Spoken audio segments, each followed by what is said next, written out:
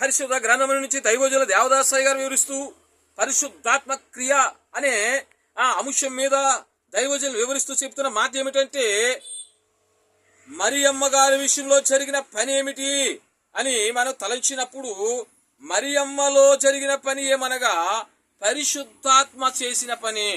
ఎవరి పని అండి అది? పరిశుద్ధాత్మ చేసిన పని.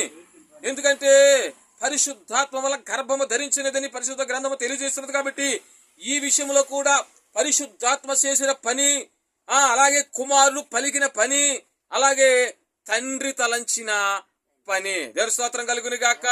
అందుకే ముగ్గురు ఒక్కరే, ఒక్కరు ముగ్గురు.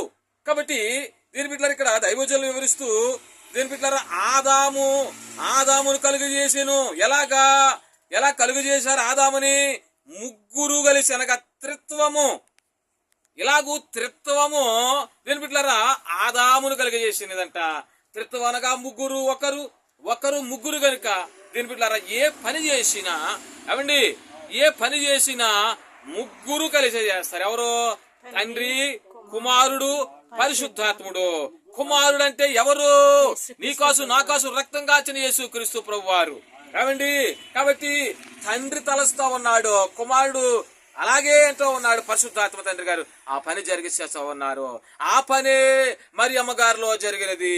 అందుకు దైవజనులు అంటూ ఉన్నారు, పరిశుద్ధాత్మ చేసిన పని, కుమారుడు పలికిన పని, తండ్రి తలంచిన పని. దేవుని స్తోత్రం కలుగును గాక. దేవుని బిడ్డలారా గమనించండి,